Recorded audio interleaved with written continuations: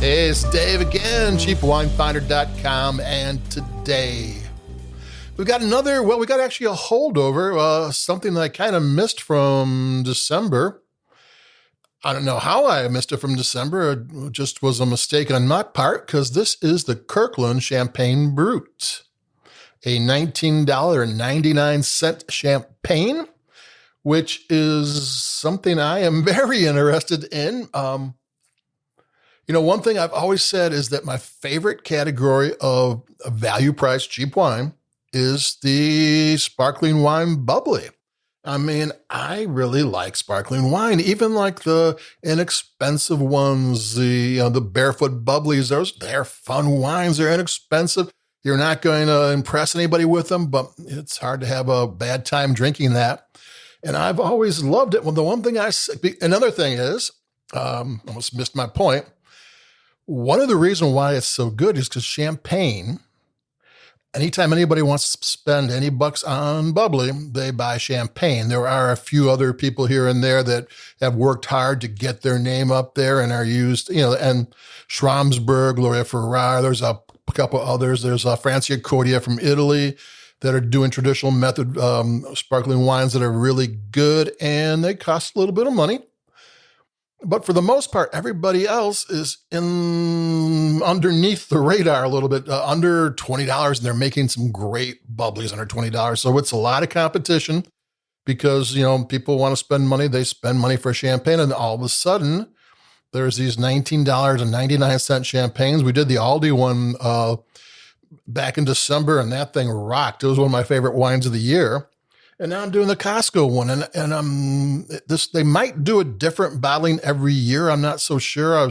I went online looking things up, and then the same grapes are used, but like the back label is saying different things. I think to get the costs where they need it to be, they might be doing things different every year, but I'm not positive about that. But it doesn't matter. This is the 2019 version we're talking about. If next year is different, so be it. It's always good to try a new bubbly. Like I said, this is the Kirkland Champagne Brut. The wine house that made it is Janisson. Or Janisson, yeah, who are legit. They have a website. If you check out the Cheap Wine Finder website, I've got a link to it. They have this really cool looking modern architecture winery that looks great. I mean, it's not the traditional champagne you would think of, but it's really cool looking, and that doesn't come cheap. So these guys are pretty successful, and they know what they're doing. Their own wines under their own label. They only use Pinot Noir and Chardonnay, and mostly Chardonnay, I believe. And this has Pinot Meunier, and along with Pinot Noir and Pinot Chardonnay. Pinot Meunier, if you don't know, is a red grape. Meunier is the French term for what is left over in the wheat milling process, because the leaves have this white dots on it that somewhere way back when decided to look like flour. So it's kind of weird. I mean, most grape names come from a long time ago, and farmers made up the name, and they're kind of simple, and they're not always all that accurate. Pinot Noir grapes aren't black, so Pinot Blanc is white, and they're actually green. And, what else is there? Pinot Grigio, that's gray, and they're not really gray. So that's upside the point. I'm drinking champagne. I'm going to have a little sip right now, because this is actually a really, really good, well-made bubbly. I don't know if they have these things available. I bought this today. This is why I hadn't been to Costco in a few weeks, and I was there. I was, $19.99 for a bubbly. How do I pass that up? Because you can't pass that up. You have to drink that stuff. And and if they only have it like certain times a year, you might think about heading over there and buying a couple, because you can get two of these things for the price of a champagne. So if you want to buy a few and then have them for the course of the year rather than wait till next December or November, that might be a good idea, but that's up to you. But I'm going to have a sip right now because I'm drinking champagne, and the whole point of having champagne in your glass is to drink it.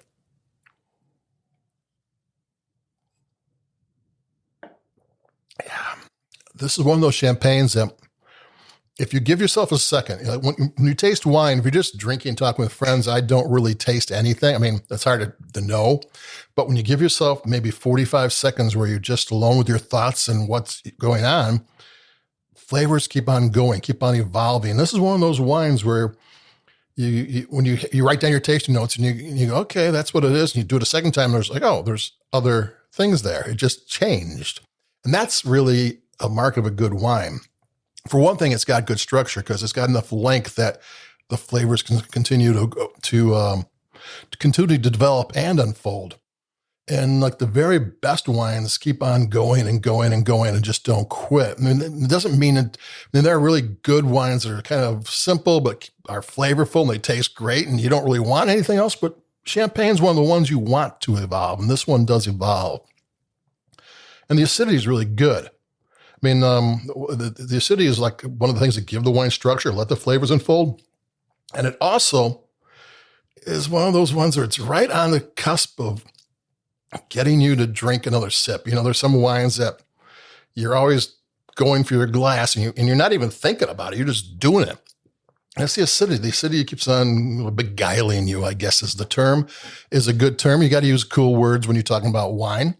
And so it keeps you drinking, and it's really a ton of flavor. This is delicious champagne. Now, I did the ALDI before, and I prefer my champagnes to be Pinot Noir based, or at least dominant. And that one was, and so I really, really like that. When I drank the ALDI Pinot Noir, after my first sip, I said, wow. I mean, okay, that's all. I don't need to know anything more. If your first, always go with your first, with your first thoughts on a subject, especially wine. And this one, I didn't go wow, but after the wine kept developing, it was like, oh, I've got something here in my glass that is kind of good. And I know we're talking about $19.99 champagnes. And here's another thing about it. Champagne region has been one of the premier products for a long, long time. And one of the reasons they are is they have really stringent quality controls from how you grow the grapes in the vineyard, how you crush the grapes, how you produce the wine, how long you're doing the second fermentation, how you're doing this and how you're doing that. They don't want anybody bringing their product down. So when you have these $19.99 champagnes that are way under market price, they're not under market price because they cut corners in the winemaking. They might be less profit. They might be doing, like Costco only charges 15% of profit or whatever that is on their whole thing because you're paid $60 up front. So they're whatever corners are cut elsewhere. And plus there's no marketing. Costco just doesn't, they put a label on it and that's all you're going to get. So there are costs cut out of it. So it's not, the wine itself isn't wrong. There's not something wrong with it for this price range, because most entry level champagnes do the exact same thing this wine is. The leading champagne, they make 1 million bottles of it a year, and they use over 100 vineyards to get the grapes for the 1 million bottles. How exclusive is that? But it costs $40 and you drink it happily, and it actually tastes pretty good. They know how to make their wines. So these $19.99 champagnes are actually really representative and, in this case, really very good. And Aldi's was surprisingly good. And this is a really well-made champagne. And I'm really happy. It's delicious. All I can say is delicious. It just keeps on evolving. It tastes good. It has the Annalise flavors where it's nutty and cashew. It's got good length. The city is really balanced. The flavors are all melded together. It's a solid champagne. And it's under $20. Champagne is now a daily drink. I mean, that's why you should think about buying a few, because you can, it's Tuesday, hey, let's go do something. Hey, I got a promotion, but the raise hasn't kicked in yet. Let's get the $20 champagne, rather than go for the $100 champagne.